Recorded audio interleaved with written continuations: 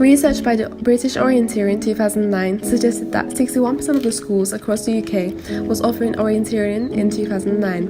Orienteering offers many ways to connect school children with nature through map reading, nature walks, activities, physical education and trips. This is where Rousseau's theory emerges. Rousseau urged for a curriculum which revolved around nature. Clover 2012 enlightens that for Rousseau, nature is something that gives life to humanity and provides humans with the tools necessary to survive. Perhaps our survival is solely dependent on nature. Thoreau 2006 emphasizes through his writing his need to go outside daily and the importance of unhurried walking, which in return fulfills our emotional, physical and mental needs.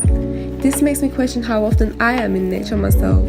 Louvre 2008 explains that children are spending less time outside, and quantitative research claims that this is nature deficit, placing human physical and emotional well-being at risk. Louvre 2008 and Moss 2012 states that this negatively affects the growth of individual bonds with nature, particularly in children. Biophilic building designs may be a way of reconnecting children with nature once again by incorporating natural elements into any building in every opportunity.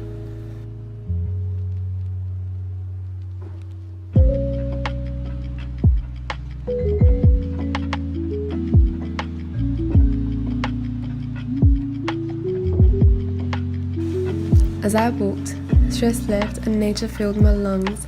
I felt lighter.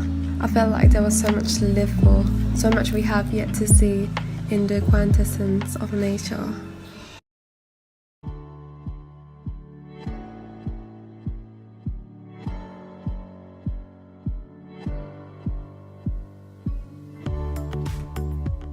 The National Curriculum Guidelines on Swimming state that students must be able to swim confidently and proficiently over a distance of at least 25 metres. However, recent sources such as The Guardian and Amateur Swimming Association in 2019 reports that 40% of children are not offered swimming sessions at school. Therefore, school children lack these basic swimming skills. There was a loss of confidence that transpired when I was in the swimming pool. However, emerging from the pool renewed my confidence through my ability as a new trust for the water. In line with Dewey's 1938 experiential education theory, the experience was determined by my past and then, in turn, influenced my future. Within this experience, I found my emotions relatively difficult to overcome while taking part in the activity. As a consequence, I placed myself into Mortlock's 1984 Frontier Adventure, wherein the experience was slightly beyond my emotional and physical means, and the success of the outcome was a tentative assurance. However, as the activity did not stray far beyond my means and into misadventure, the experience is etched in my mind and has ignited a new desire to continue swimming.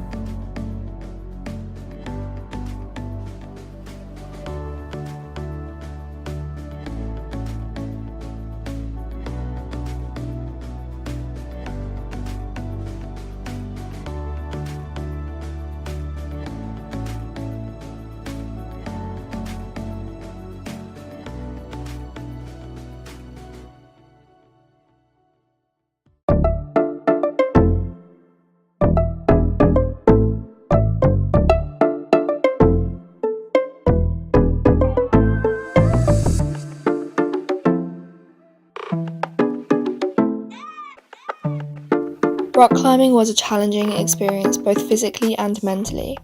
However, in following with Dewey's theory of experiential learning, I found that I experienced some personal growth. Whilst climbing, I felt terrified, but being able to overcome my emotions and climb the wall opened my mind to potentially try this experience again. Rock climbing can be used as an example of Hahn's method of education, wherein experiences provide opportunities for self-discovery by encountering triumph and defeat in challenging and adventurous learning. Brooks notes that with Hahn's pedagogy to work best, one should be in the challenging experience continuously. Therefore, we could say that the pedagogy is not suited to the needs of the curriculum, as funding and time restrictions may prevent adventurous experiences from occurring regularly. Brown and Beam's concept of McDonaldization is one that underpins many outdoor and adventurous activities. This refers to the propensity of outdoor experiences to be equated down to monetary value and efficiency to provide a cut-and-dry one-size-fits-all activity. This results in a high level of control over the activity, environment, and participants.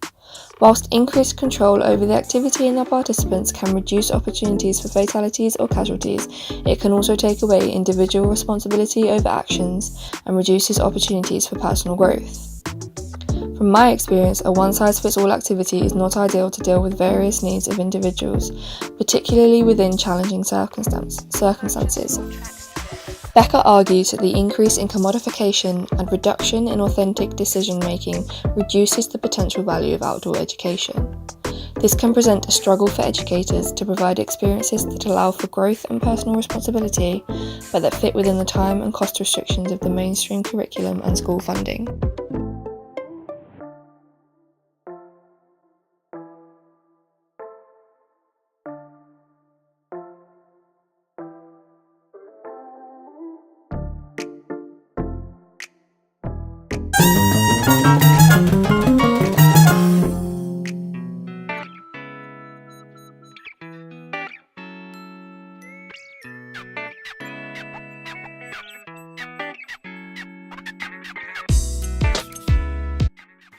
According to Martin, for many, this activity was a one-night stand in respect to nature. One trip canoeing is not enough time to truly get to know the surroundings, and that connectedness to nature can be perceived like a relationship between two humans, human to environment, or nature. However, I found teamwork to be more of a daunting obstacle to tackle than the aspect of connecting with nature, as I have experienced water sports and outdoor activity before. The lack of cooperation between Megan and I, due to conflicting personalities, hindered our progress as we did not move as quickly or efficiently down the river, and thus once we had settled our differences and listened to one another, it proved Fulford's definition of collaboration and cooperation. At the beginning, I had collaborated with Megan in respect to benefiting my own experience, but did not cooperate to benefit both and reach a mutual goal. After communicating properly, we both cooperated accordingly and reached our destination. This follows John Donne's saying, "No man is an island." Under Brown's comfort zone model, an individual is situated in either three of the following: comfort, growth or learning, and panic zone. The growth or learning zone, also known as the grown zone, facilitates growth within a learner. I believe canoeing facilitated personal growth greatly, putting me into the grown zone. The personal outcome surprised me, as it is now clear I am lacking in teamwork. Outdoor activities place people in different stages of comfort. During canoeing, some participants fell out of their depth being in a boat and finding comfort in nature, whereas I myself struggled on other aspects, meaning outdoor education can benefit all levels of ability. The Spey River programme conducted with the University of Edinburgh with master's students, where no matter the depth of knowledge held by the learner, one can learn regarding the geography, geology, environmental, cultural, sociological and historical aspects enveloping themselves in the natural habitat to have a greater connection with nature, whilst also being active canoeing. Consequently, there is so much to obtain from outdoor education, both on a personal level and an environmental level.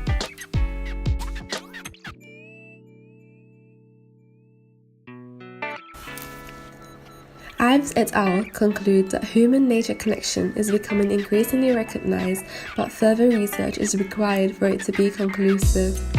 The implications of further research in this area could include a better understanding of the health and well-being effects of outdoor education, a better understanding of how it can benefit the modern individual, and could even lead to better inclusion of outdoor education within the mainstream curriculum. But funding, time and apprehension remain pervasive blockages to the full utilization of the power of outdoor education.